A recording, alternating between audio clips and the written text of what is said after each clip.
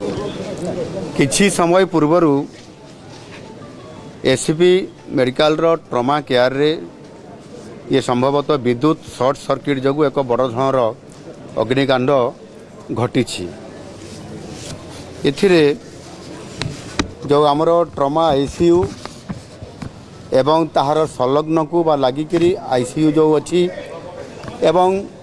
जो वार्ड अच्छी लागिकी विशेष करी आईसीयू रो ट्रमा केयर फास्ट फ्लोर रे जो चिकित्साधीन 23 रोगी को जो सर्ट सर्किट है से कारण जो अग्निकांड घटी से स्थानांतर करा जाइछि। से समय रे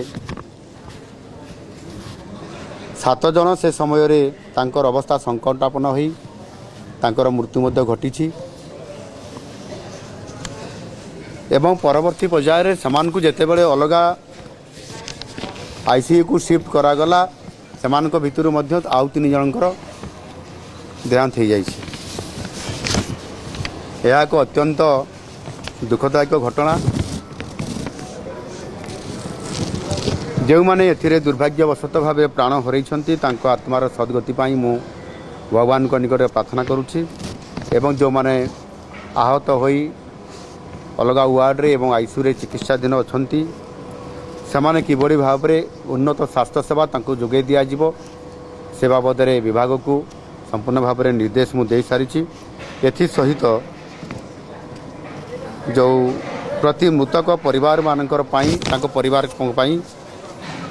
25 लाख टंकार अनुकंपा मूलक राशि मध्य घोषणा करुअछि।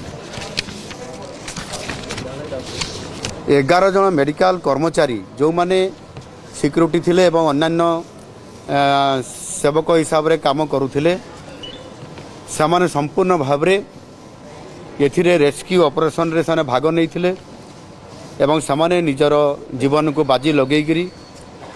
समान को उद्धार करिसंती एवं शिफ्ट मध्य करैछंती एवं समाने मध्य शिफ्ट करबा समय रे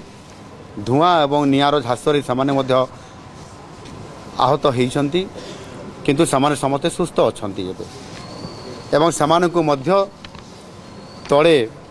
ट्रमा केयर तळे एक वार्ड रे समाने मध्य चिकित्साधीन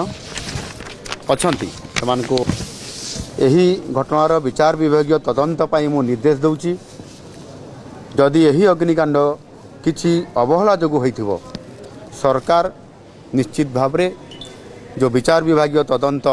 रो रिपोर्ट आसिला परे जदि किछि अघटन कहा द्वारा होइथिबो जदि ए प्रकार रो ताहले निश्चित भाव रे दृढ़ कार्यानुष्ठान मध्य निया जिवो।